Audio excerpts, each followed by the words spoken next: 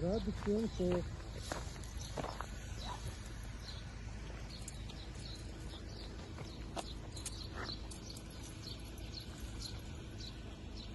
Уведомляю вас, что вы задержаны за день совершения преступления, предусмотренной частью 2 статьи 205 Уголовного кодекса Российской Федерации.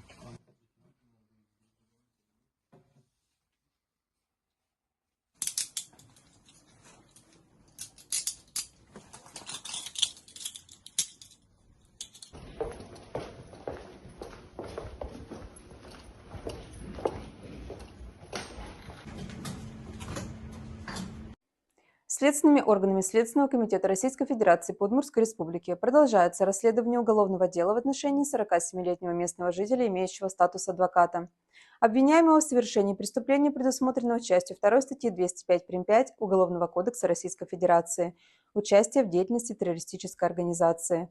По версии следствия, фигурант в 2025 году оказывал содействие запрещенной в Российской Федерации террористической организации путем предоставления интересующей информации о деятельности правоохранительных органов и оборонного ведомства на территории региона.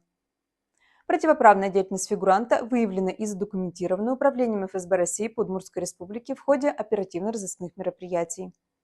В настоящее время фигурант задержан. По ходатайству следствия судом ему избрана мера пресечения в виде заключения под стражу. По уголовному делу продолжается выполнение следственных действий, направленных на сбор и закрепление доказательственной базы.